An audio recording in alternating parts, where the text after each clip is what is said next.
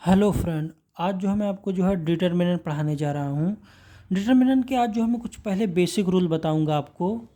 इसके बाद जो है मैं कुछ क्वेश्चन भी करा दूँगा अगर टाइम मिला तो। पहले मैं आज जो है आपको डिटर्मिनेंट का बेसिक रूल बताने जा रहा हूँ। जैसे कि हम डिटर्मिनेंट को हम इस तरह से लिखते हैं, जैसे कि इस तरह से ही हम डिनोट करते हैं डिटर्मिनेंट को।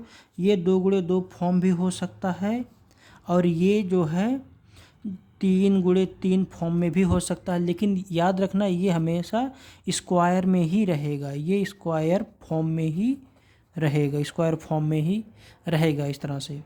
और जैसे में कोई दिया गया हो कि जैसे A11 A12 A21 और A22 दिया गया हो। जैसे कोई इधर इधर इसको हम बोलते हैं, इसको हम रो बोलते हैं और इसको हम जो है हम कॉलम बोलते हैं, इसको हम कॉलम बोलते हैं। अभी हम कुछ जो इसके प्रॉपर्टी बताएंगे। जैसे हम इसमें माइनर क्या होता है, माइनर पूछ लेता है कि माइनर क्या होता है। माइनर्स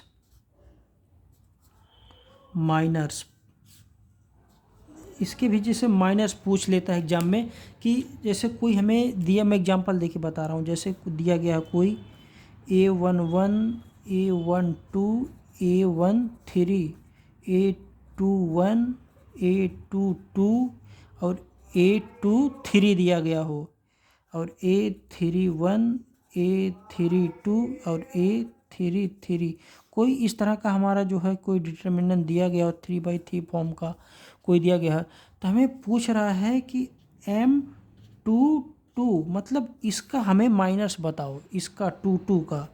तो इसको ले लो और इसको ले लो। इसको लेने के बाद हमारा क्या बचा, ये बचा, क्या बचा, ये बचा A11 बचा, A13 बचा, A31 बचा और A33 बचा। अब इसको मल्टीप्लाई कर दो, A11 गुणे A1 A33 माइनस, अब माइनस के 1 A31 इंटू A13, यही हमारा जो है क्या हो गया, माइनर्स हो गए। अभी माइनर्स को पता चल गया। अब हम आपको क्या बताते हैं कि कोफैक्टर पूछ लेता है कभी काल जो है कोफैक्टर क्या क्या होते हैं। जैसे है कि कोफैक्टर्स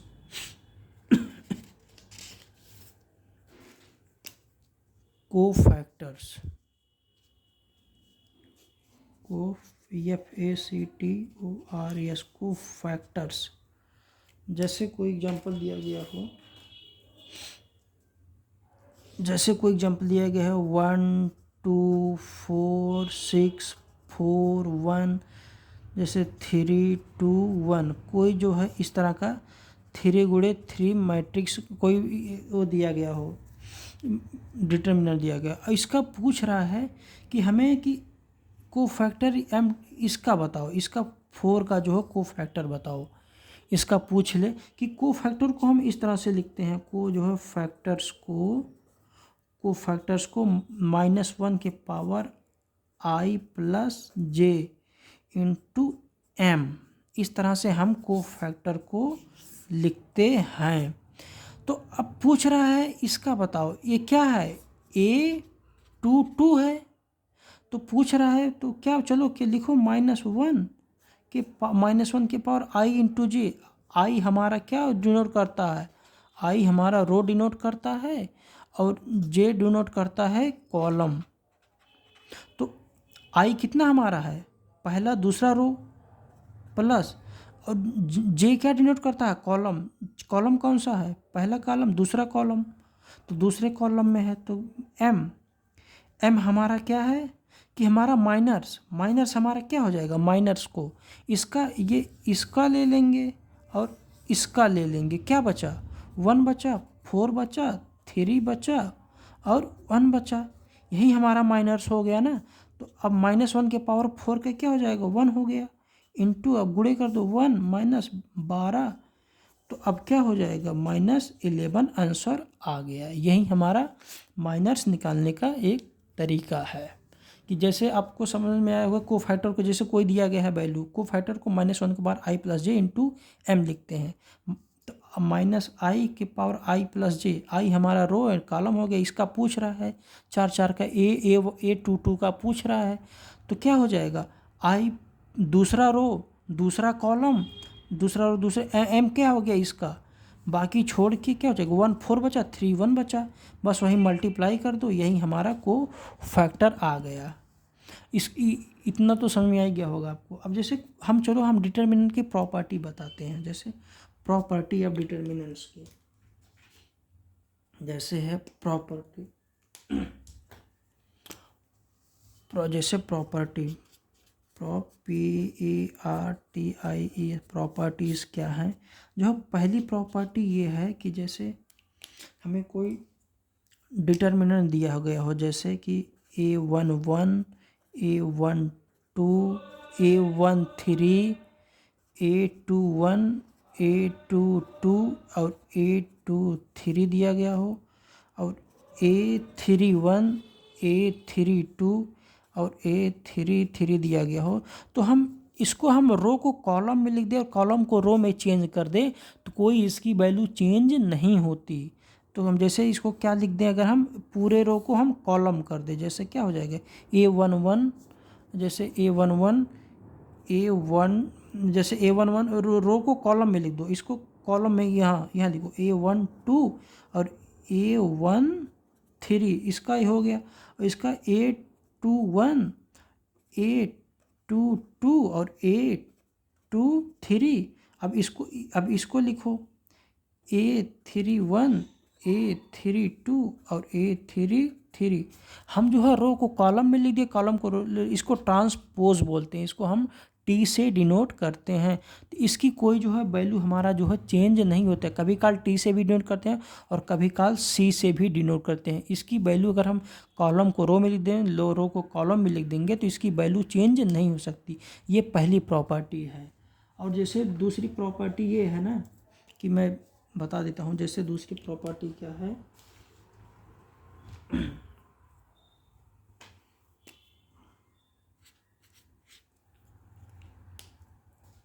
अगर जैसे हमारे कोई जो है डिटर्मिनेंट दिया गया हो, जैसे कोई हमारा 0 0 0 3 1 4 2 1 1, अगर कोई हमारा कोई रो और कॉलम कोई पूरा जो है 0 हो जाए तो हमारा डिटर्मिनेंट जो है 0 हो जाता है, उसकी वैल्यू हमें 0 मिल जाती है। अगर कोई कॉलम या कोई रो जो है 0 हो जाए तो उसकी टोटल वैल्यू हमारे डिटर्मिनेंट की 0 हो जाती है। दूसरी प्रॉपर्टी ये हो गई। अब थर्ड बताता हूँ तुम्हें। जैसे थर्ड प्रॉपर्टी है कि हम अगर जैसे एक कॉलम को दूसरे कॉलम में जैसे चेंज, जैसे कोई दिया गया हो, जैसे कोई डिटर्मिनेंट हमारा दिया गया हो, जैसे 1 2 3 4 5 6 7 8 9 दिया गया हो, अगर हम कॉलम को जैसे हम इंटरचेंज करेंगे तो उसकी जो है, जैसे हम किसी कॉलम को एक कॉलम को दूसरी जगह लिखते हैं, दूसरे कॉलम को जैसे हम क्या लिखते हैं, जैसे हम इसको इंटरचेंज करते हैं, जैसे हम क्या बोलते हैं हम कि 2 5 8 1 4 7 3 6 और 9, हमने इस कॉलम को इसको चेंज कर दिया तो ये चेंज तो हो जाएगा, लेकिन हमारी ये माइनस चिन्ह आगे लग जाती है, ये हमें ध्यान रखना है। अगर हम एक कॉलम को दूसरे कॉलम से इंटरचेंज कर देते हैं तो वहाँ पे जब चेंज करेंगे तो वहाँ हमें माइनस की प्रॉपर्टी लग जाती है, लेकिन वैल्यू सेम रहेगा, लेकिन हमारी ये जो है वैल्यू सेम लगेगा लेकिन माइनस आगे चिन्ह लग जाता है, और कोई यहीं आगे चिन्ह माइनस का लग जाता लेकिन वैल्यू हमारा सेम रहेगा। ये इसकी वैल्यू सेम रहेगी, लेकिन अगर हम एक कॉलम को दूसरे कॉलम में इंटरचेंज करें वैल्यू तो सेम रहेगा लेकिन हमारा माइनस आगे चिन्ह लग जाता है। और जैसे कि हमारा चौथा ये है प्रॉपर्टी, अगर जैसे कोई दिया गया हो, जैसे कोई दिया गया हो 4 5 6 2 1 1 3 2 2 इस तरह से दिया गया हो, तो क्या होगा कि अगर जैसे हमारी कोई जो है दे दिया गया इस तरह से कोई दिया गया हो और बोल दे कि इसमें हमारा कोई दो सेम हो जाए। मैं जैसे कि एग्जांपल दे रहा हूँ, जैसे कि क्या कि जैसे हमारा ये हो जाए कि जैसे 1 2 3, जैसे 4 4 सॉरी 1 5 1 4 5 2 1। अब इसमें क्या है कि इसमें तो अब डिफरेंट है 1 2 3, कोई जो हमारा कॉलम जो है या रो जो है दो सेम नहीं, लेकिन इसमें देख दे रहे हो कि ये दोनों हमारा सेम है। 1 4 5 इधर भी है, 1 4 5 इधर भी है।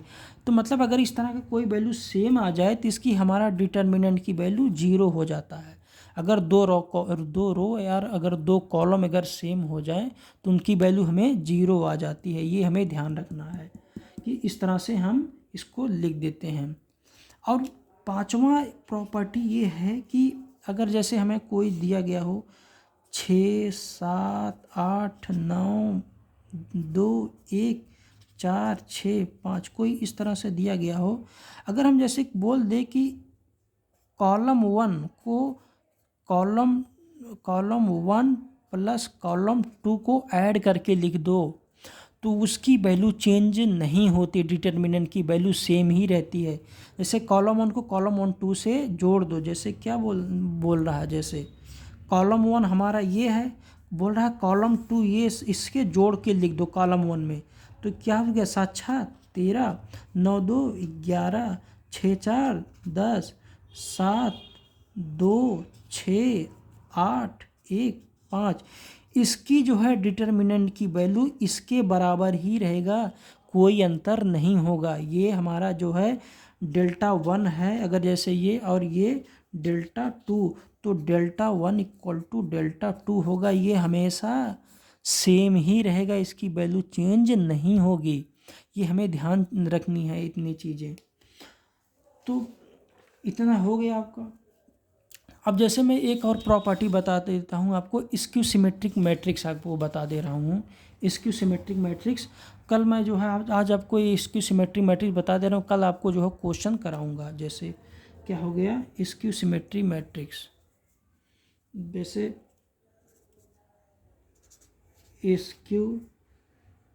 स्क्यू सॉरी यार, जैसे हो गया स्क्यू सिमेट्रीज SYMMETRIC मैट्रिक्स दिया गया, determinant DETERMINANT, skew symmetric determinants दिया गया हो। ये स्क्यू सिमेट्रिक डिटर्मिनेंट्स को हम कैसे लिखते हैं, जैसे कि कोई एग्जांपल दिया, जैसे मैं एग्जांपल देके समझा देता हूँ। जैसे 0 1 2 और 1 दिया गया हो, -1 और -1, इसको 0, इसको 0 आएगा और इसको क्या हो जाएगा -1, और इसको हो जाएगा जैसे -1, इसको -1, इसको -1, इसको +1 +1 +1, इस तरह दिया गया हो जैसे कोई। तो ये इसकी सिमेट्रिक मैट्रिक्स में ये पोर्शन हमेशा 0 रहता है, और ये जो जैसे वैल्यू यहाँ होगा वैसे यहाँ होगा, और माइनस का चिन्ह लग जाएगा। जैसे यहाँ होगा वैसे यहाँ होगा, लेकिन माइनस का चिन्ह, जो वैल्यू यहाँ पे होगा वहाँ पे होगा, माइनस का चिन्ह लग जाएगा। ये मतलब कि इसकी सिमेट्रिक मैट्रिक्स में पोर्शन 0 रहता है, वैल्यू ये वाली जो ऊपर रहेगा, जो ये रहेगा, ये तो वैल्यू सेम रहेंगे, लेकिन इनकी माइनस जो है चिन्ह रहेगी। इसको हम इसकी सिमेट्रिक बोलते हैं।